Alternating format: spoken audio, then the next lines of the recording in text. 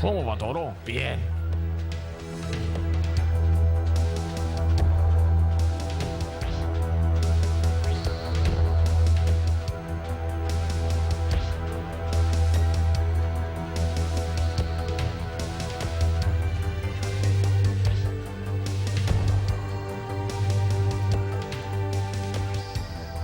Desde la década de 1950, los adventistas del séptimo día han llegado a ser uno de los pueblos más estudiados del mundo. Más de 140 artículos científicos han sido publicados, estudiando a decenas de miles de adventistas.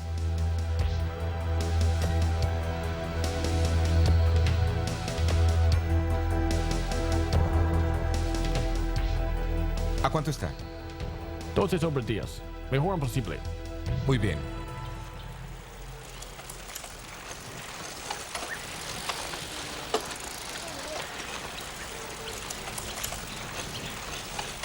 ¿Y a qué se debe toda esta atención? Es el descubrimiento de que el estilo de vida de los adventistas, que los lleva a vivir de 6 a 8 años más y a reducir dramáticamente las muertes prematuras por cualquier otra causa, incluyendo los dos mayores asesinos de la sociedad occidental: enfermedades del corazón y el cáncer.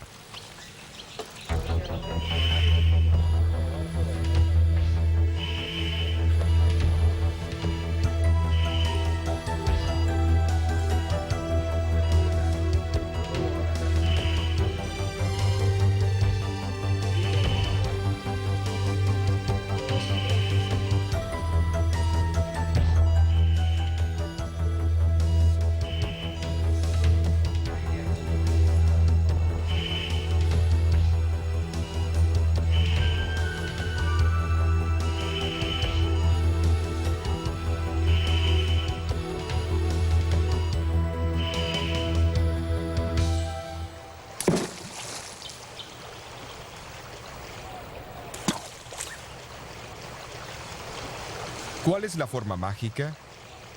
La ciencia moderna ha establecido claramente que existe un estilo de vida que promueve la salud y reduce dramáticamente el riesgo de enfermedades. Incluye una dieta variada de frutas, granos enteros, nueces y vegetales, y evitar la carne y productos que contengan grasa animal.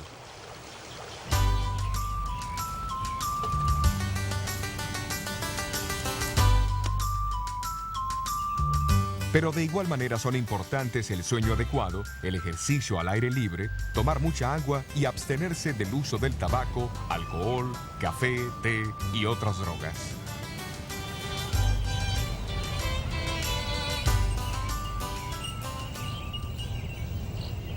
Pero ¿cómo pudo ser que un grupo tan pequeño y relativamente desconocido llegase a adoptar principios tan avanzados más de 120 años atrás? Después de todo, hasta la mitad del siglo XIX, nadie entendía la causa de la enfermedad. La prueba para la teoría del germen todavía estaba en el futuro. No existían rayos X, aspirina, antibióticos o antiasmáticos. Abundaban la difteria, la fiebre amarilla, la tifoidea, el cólera y el sarampión. La tuberculosis, conocida como la plaga blanca, era la mayor causa de muertes en el noroeste urbano de los Estados Unidos y era aceptado como una forma de aflicción divina. La fiebre palúdica, llamada malaria, era considerada una condición normal de los inmigrantes occidentales. Pero más absurdas que las mismas enfermedades eran las supuestas curas. Para aliviar el sufrimiento de los pacientes, los doctores prescribían calomel o cloruro de mercurio, estricnina, arsénico, mercurio, salitre, opio, alcohol y tabaco. Muchos médicos prohibían a sus pacientes el uso de agua interna y externamente, mientras otros realizaban amputaciones con todo menos instrumentos adecuados y sin los beneficios de anestésicos.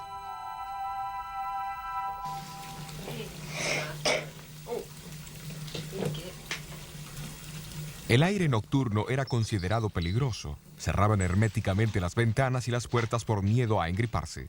Las persianas permanecían siempre cerradas para evitar el descolorido de los muebles, mientras que los ciudadanos urbanos no practicaban ejercicios ni se bañaban.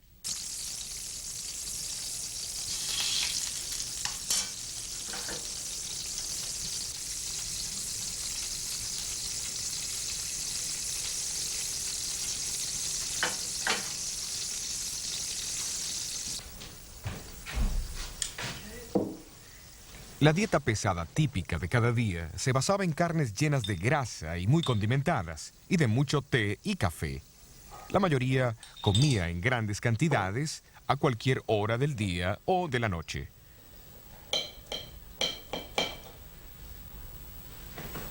Se había propagado mucho el uso del tabaco y hasta era defendido por muchos médicos como un estimulante para los pulmones y el humo como una cura para la bronquitis.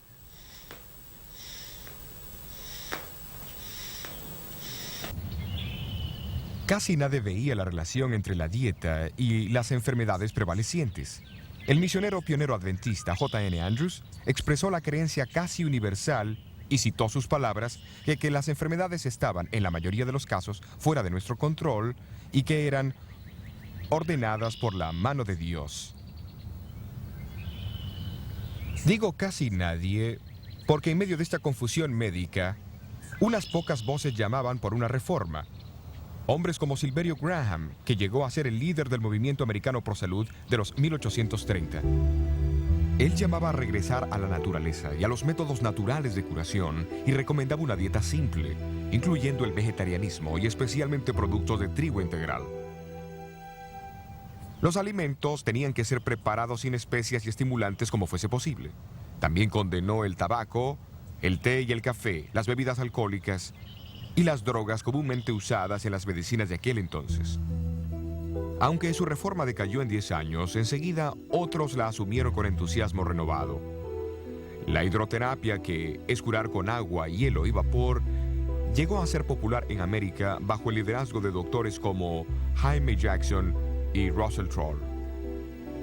Ambos supervisaban instituciones de hidroterapia y promovían la reforma pro salud, y ambos tenían una estrecha relación con los pioneros de la nueva iglesia adventista.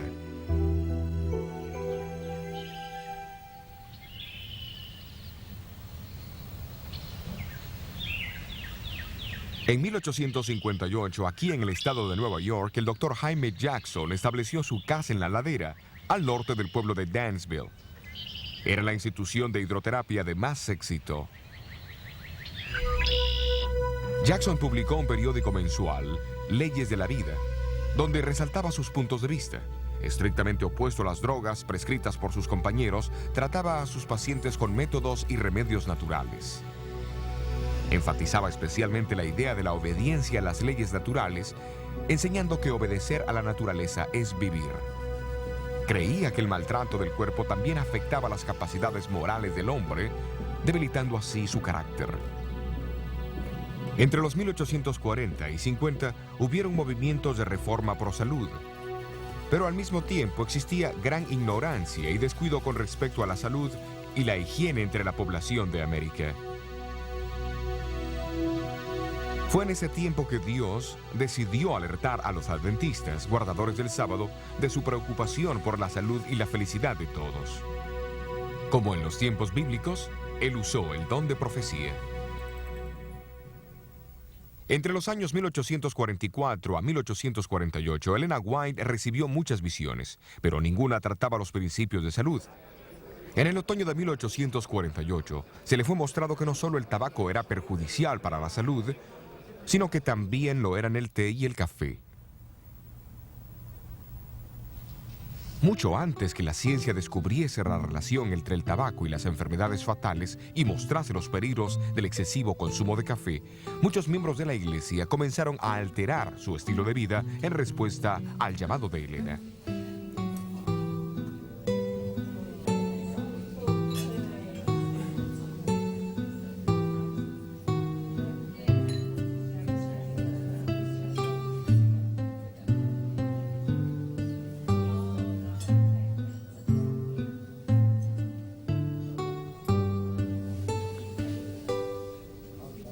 En los años siguientes a 1848, las páginas del periódico de la iglesia reportaban entusiasmadas sobre las batallas para dejar el tabaco, el té y el café. A fines de invierno de 1854, Elena White informó de otra visión que hablaba en contra de los alimentos abundantes y grasosos, tan comunes en la época. También recomendó que las personas cuidasen la salud otorgada por Dios, observando estrictamente la limpieza personal y del medio ambiente. El pueblo de Otsego está situado a una media hora de viaje en auto al este de Battle Creek. A comienzos de junio de 1863, Jaime y Elena White y un número de amigos viajaron a Otsego y vinieron a esta casa que pertenecía entonces a Aaron Hillier. Durante el culto familiar del viernes por la noche, Elena White comenzó a orar por su esposo que estaba mal de salud y deprimido por la condición de la iglesia de Battle Creek. Mientras oraba, recibió una visión que impactaría significativamente a la iglesia adventista del séptimo día y su mensaje para todo el mundo. En la visión, Elena White presenció el papel que la carne ha jugado en el descenso de la raza humana desde el tiempo de Adán. La carne de puerco fue denunciada en particular, pero todas las otras carnes también fueron censuradas. La visión también habló en contra del uso de bebidas alcohólicas, especias y postres. El tabaco fue descrito como un veneno dañino y maligno.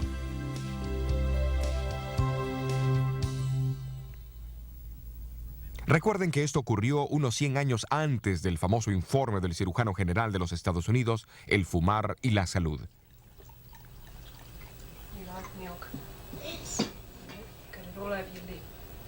Elena dijo que el té y el café tenían efectos similares a los del tabaco, solo que en menor grado. Le fue mostrado que comer demasiado, aunque alimentos buenos, o comer entre horarios o antes de irse a dormir, es distintivamente malsano. En el tratamiento de enfermedades, vio el terrible efecto de las drogas de ese entonces: el arsénico, la estricnina, el calomel y otras. Dijo que drogas venenosas también podían causar defectos en el feto, un hecho trágicamente confirmado por estudios científicos subsecuentes.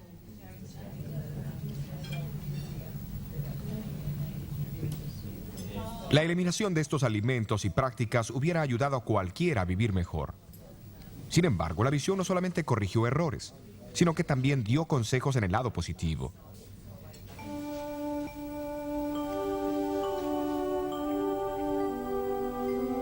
Elena recalcó la importancia de tomar mucha agua, hacer ejercicios regularmente al aire libre, permitir la entrada de la luz del sol y el aire fresco en la casa y del baño diario.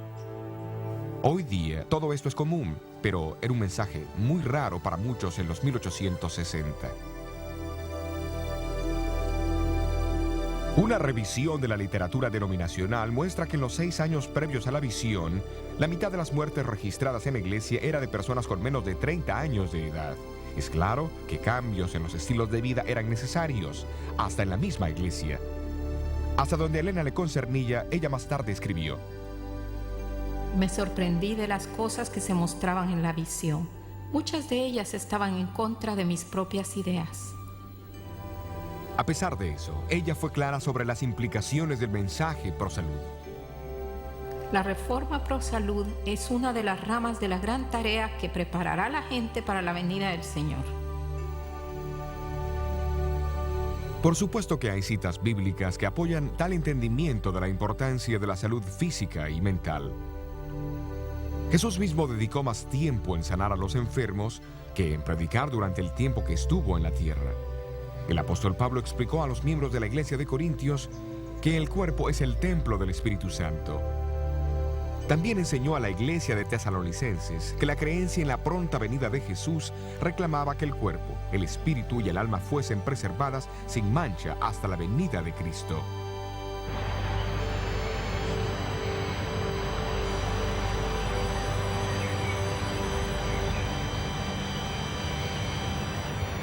No es difícil ver que los conceptos de Elena White apenas servían para magnificar los puntos bíblicos de que cada persona tiene que rendir cuentas a Dios por la preservación de la salud.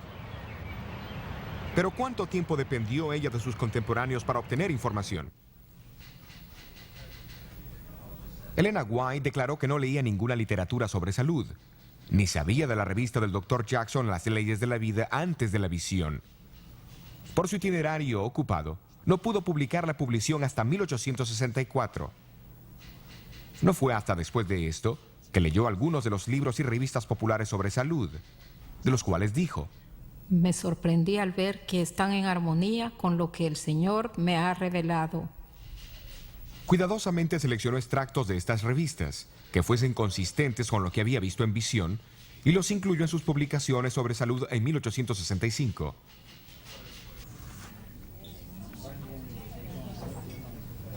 Durante los años siguientes a 1863, Elena White recibió más visiones concernientes a la salud. Es obvio que las mismas la detuvieron de promover las ideas tan difundidas por algunos escritores que más tarde fueron probados a ser falsas.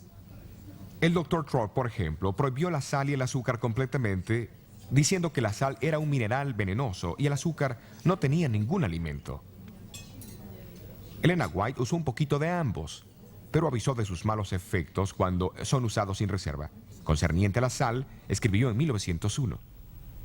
De acuerdo a la luz que me fue dada por Dios, la sal es actualmente esencial para la sangre. La causa y el motivo de esto no lo conozco, pero les doy la instrucción como me fue dada.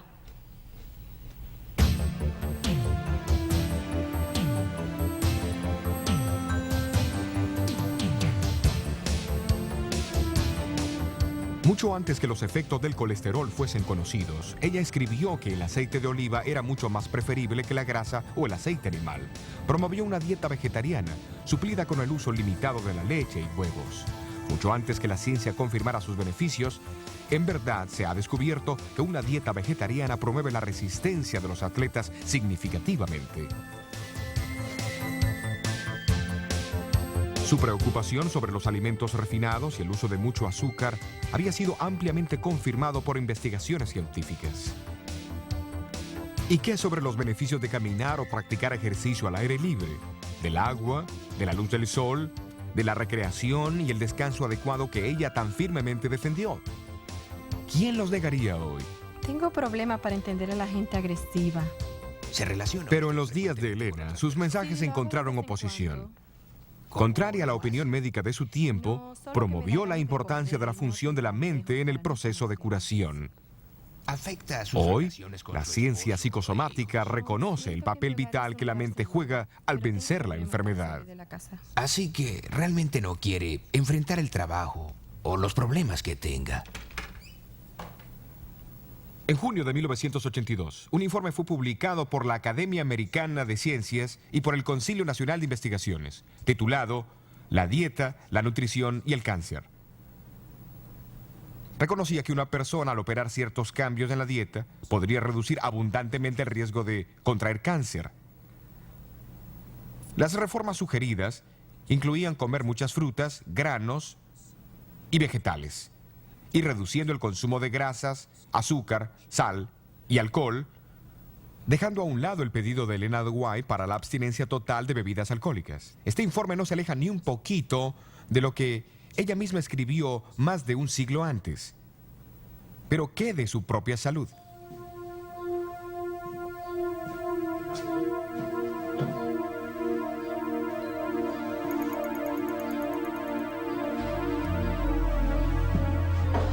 La visión de julio de 1863 fue dada a Elena cuando estaba muy débil, enfermiza, propensa a frecuentes mareos y desmayos. Sufrió del corazón toda su vida y sufrió de parálisis 5 veces antes de 1870. Se describió a sí misma como una gran consumidora de carne y que el pan especialmente era desabrido para ella. Pero aceptó la instrucción recibida y después de 1863 cambió su dieta y estilo de vida radicalmente. Como resultado, sus constantes mareos y desmayos la dejaron permanentemente y su salud comenzó a mejorar.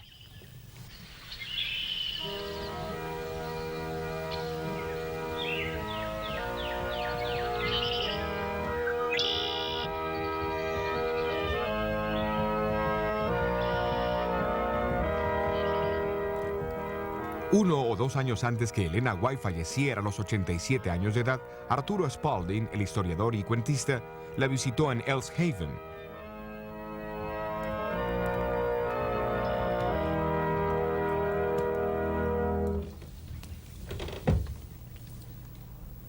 Después del culto familiar en la sala, ella salió hacia la antesala y con paso ligero y enérgico alcanzó las escaleras. Arturo Spalding ofreció ayudarla, pero ella respondió: Oh, no, gracias. Soy muy capaz de subir las escaleras por mí misma. Estoy tan activa como cuando era niña. ¿Como cuando era niña? No debiera decirlo. Cuando era niña estaba enferma y débil y con mala salud. Pero ahora el Señor me ha sanado y fortalecido y me siento mejor, mucho mejor que cuando era niña. Casi al final de su carrera, el Dr. Clyde McKay, profesor de nutrición en la Universidad de Cornell en Nueva York, fue introducido a los escritos sobre alimentación y nutrición de Elena White. Se impresionó profundamente y se quedó particularmente intrigado por saber las fuentes de esa información. Preguntó cómo una mujer con casi ninguna educación podía dar consejos de salud tan avanzados para su tiempo. Rechazó la idea de que los había copiado de sus contemporáneos. Después de todo, ¿cómo hubiese sabido cuáles ideas usar y cuáles rechazar de entre la perpleja colección de teorías y consejos sobre salud del siglo XIX? Muchos de los cuales fueron bastante irracionales y han sido descartados desde entonces. Él creyó que Elena tendría que ser una mujer sorprendente, con conocimientos avanzados a su tiempo, para hacer esto con éxito. Después de leer extensamente los escritos sobre salud del Dr. McKay, comenzó a dar conferencias con los conceptos de Elena White a varias sociedades profesionales. Estoy impresionado con la exactitud de sus enseñanzas a la luz de la ciencia de nutrición moderna. A pesar del hecho que sus obras fueron escritas mucho antes de la llegada de la nutrición científica moderna, no existe ninguna guía mejor disponible hoy. En 1865, la Iglesia Adventista había alcanzado una membresía de unos 4,000. Aunque poseía poca riqueza, había sido recordada en la visión de 1863, que la misma tenía una obra sagrada de alertar a otros sobre salud. Pero ¿cómo la Iglesia alcanzaría este blanco?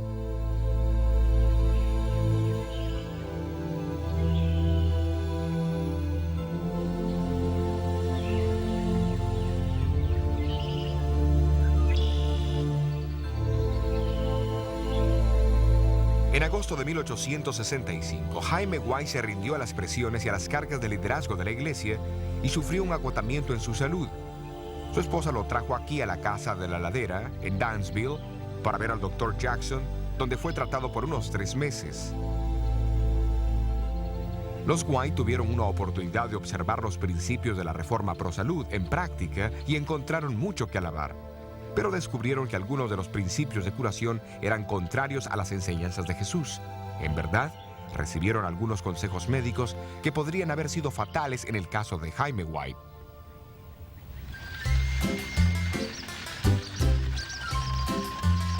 En diciembre, Elena decidió retirar a su esposo de la institución de Dansville y viajaron a Rochester, en el oeste del estado de Nueva York. Muchas oraciones fueron elevadas allí por la salud de Jaime White, y en la Navidad de 1865, Dios respondió al darles un extraordinario regalo de Navidad. Elena White recibió una visión, donde le fue mostrado que la iglesia debería comenzar con su propia institución de salud, para aquellos que deseaban aprender cómo cuidarse para prevenir enfermedades.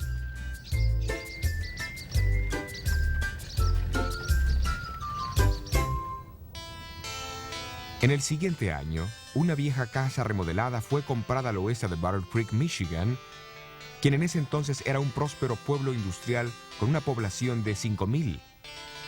Conocido como el Instituto Occidental de la Reforma Pro Salud, abrió sus puertas en septiembre de 1866 como el primer centro médico adventista del séptimo día del mundo. Circulares anunciando la institución declararon que ningún tipo de droga sería administrado. Solo métodos naturales de curación como el agua, el aire, la luz, el calor, la alimentación, el sueño, el descanso, la recreación, etc., serían empleados.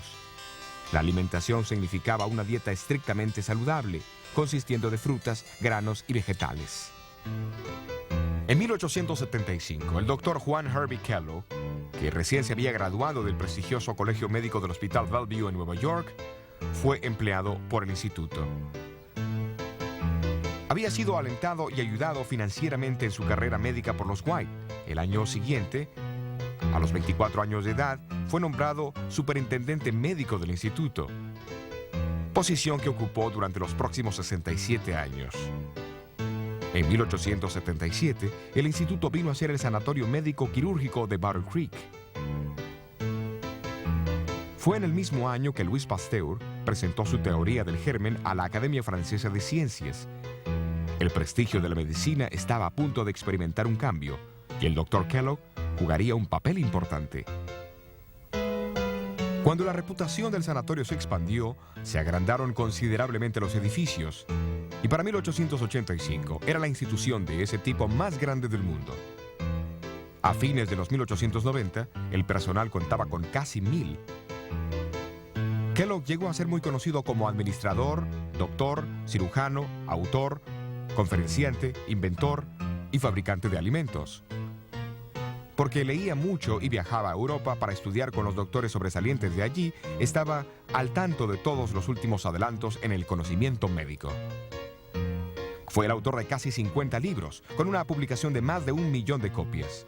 Algunos fueron las primeras obras científicas autorizadas que se publicaron en América en sus campos respectivos. Fundó un colegio de medicina y en su vida realizó más de 22.000 operaciones quirúrgicas. La última cuando tenía 88 años de edad. Sus cirugías eran tan perfectas que la cicatriz de Kellogg llegó a ser una marca de fábrica. Condujo más de 5.000 conferencias públicas a cientos de miles de americanos. Vestido de blanco, regularmente hablaba con el sanatorio sobre los últimos progresos médicos y el sistema de vida saludable que promovió siempre. Inventó muchos tipos de aparatos para tratar a los enfermos, incluso este caballo mecánico. El presidente Coolidge usó uno para su ejercicio diario en la Casa Blanca.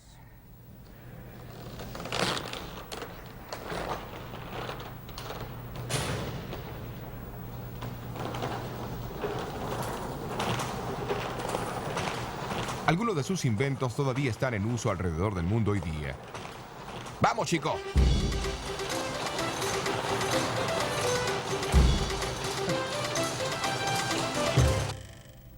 Kellogg también produjo variedades de alimentos de salud, incluso los copos de maíz que cambiaron el hábito de desayunar de millones. Después del desastroso incendio que destruyó el sanatorio en 1902, Kellogg determinó reconstruirlo más grande y mejor, aunque esto era contrario a la advertencia de Elena White y otros líderes de la iglesia. Su nuevo sanatorio todavía existe en Battle Creek hoy, pero es propiedad del gobierno de los Estados Unidos.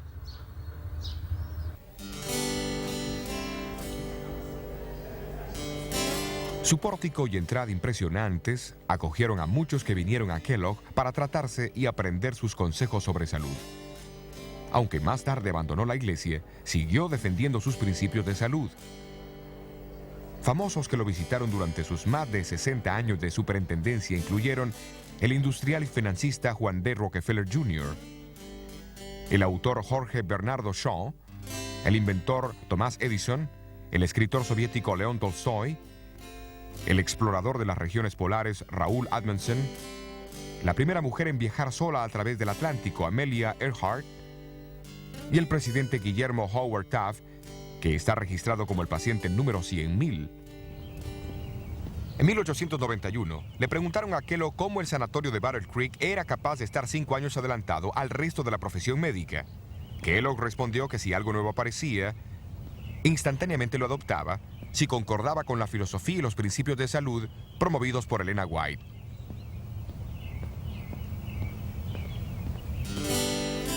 En 1901, se informó que 27 sanatorios adventistas y 31 salas de tratamiento estaban en funcionamiento no solo en los Estados Unidos, pero también en Suiza, Dinamarca, Inglaterra, Alemania, África del Sur, India, México, Australia, Nueva Zelanda y en las islas del Pacífico. Elena White vivió en Australia desde 1891 a 1900. Durante su estadía fomentó el establecimiento de salas de tratamiento que fueron operadas inicialmente en Ashfield, en los suburbios de Sydney, por 2 enfermeras que se habían entrenado en Battle Creek. Más tarde, el lugar se cambió para Summerhill, donde llegó a ser un sanatorio médico y quirúrgico. En 1899, Elena White pidió la construcción de un sanatorio apartado del centro de Sydney, donde se presentarían los valores espirituales y los sanos principios de la curación mental y física. Más tarde ese año, Elena estaba en el grupo que viajó desde la estación de Thornley, un suburbio del norte, por las vías alrededor de la Roca Cabeza de Perro, para inspeccionar una propiedad de 75 acres, que era la mejor tierra en el área de Sydney. En los próximos años, un sanatorio de 100 camas fue construido. Fue oficialmente inaugurado el 1 de enero de 1903.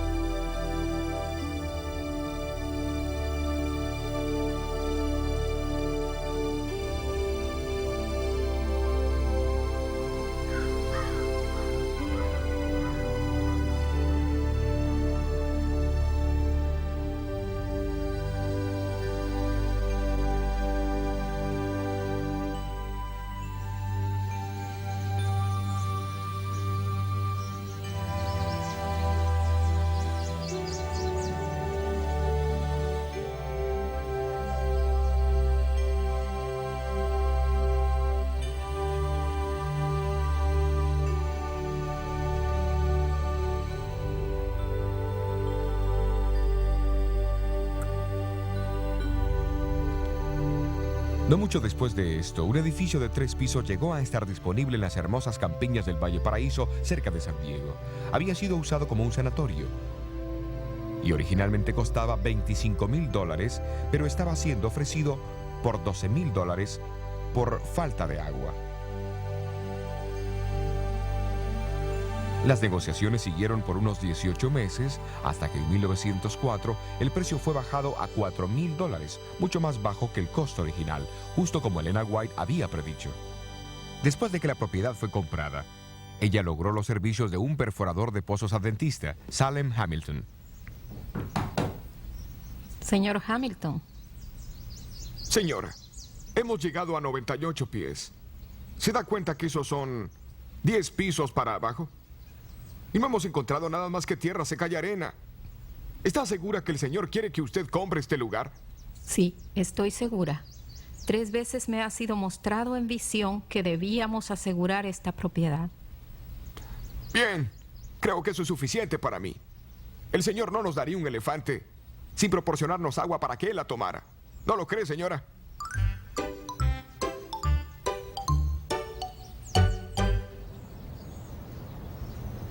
Salem Hamilton volvió a perforar y en el transcurso de 1 hora escuchó el ruido de un río subterráneo. Luego el agua comenzó a brotar y en esa noche creció a 18 pies, casi a unos 6 metros. El abastecimiento de agua del sanatorio estaba asegurado. Operado por la Iglesia Adventista del Séptimo Día, el Hospital del Valle Paraíso continúa ofreciendo su ministerio de curación a la comunidad vecina.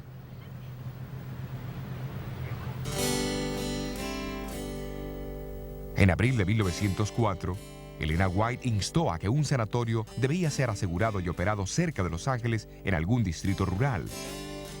En Glendale, un suburbio de Los Ángeles, un edificio de 3 pisos sobre 5 acres de tierra, representando una inversión inicial de $50,000, fue ofrecida a la iglesia por $26,000. En 1904, fue comprada por $12,000, mucho más bajo que el precio original.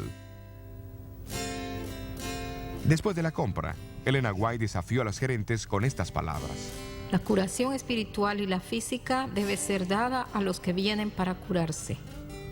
Palabras que todavía motivan la operación del hospital el día de hoy.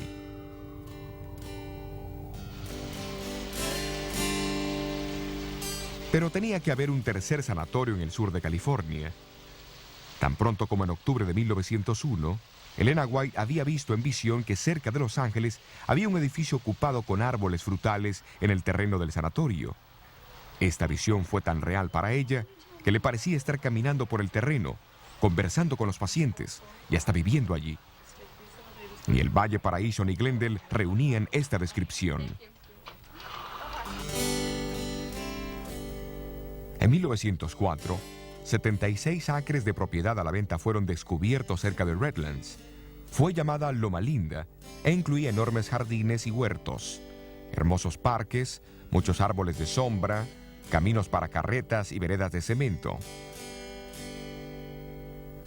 Entre los edificios de la cumbre de la Loma Linda había un hotel de 4 pisos con 64 cuartos, iluminado con electricidad, con calefacción a vapor y con abundancia de agua fresca. El costo original era de $150,000. El precio de la compra final fue $38,900, mucho más bajo que el precio original. El 12 de junio de 1905, Elena White llegó a Loma Linda por primera vez. Mientras iba viendo los edificios y el terreno, repetidamente dijo que reconocía todo como el lugar que había visto en visión 4 años antes. La garantía de este sanatorio, completamente equipado y amueblado, es una de las más hermosas providencias que el Señor nos ha brindado. Loma Linda llegará a ser un importante centro educativo. Una escuela será establecida aquí para entrenar evangelistas en la verdadera medicina. Tendrá que ser de la más alta categoría.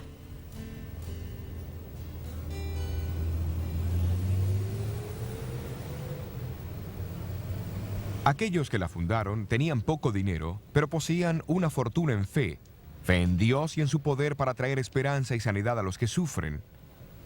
Hoy, la Universidad de Loma Linda opera como una de las más grandes escuelas de medicina en el oeste de los Estados Unidos y se encuentra al frente en el conocimiento e investigación de la medicina. Este acelerador de protones es el primero del mundo en su clase.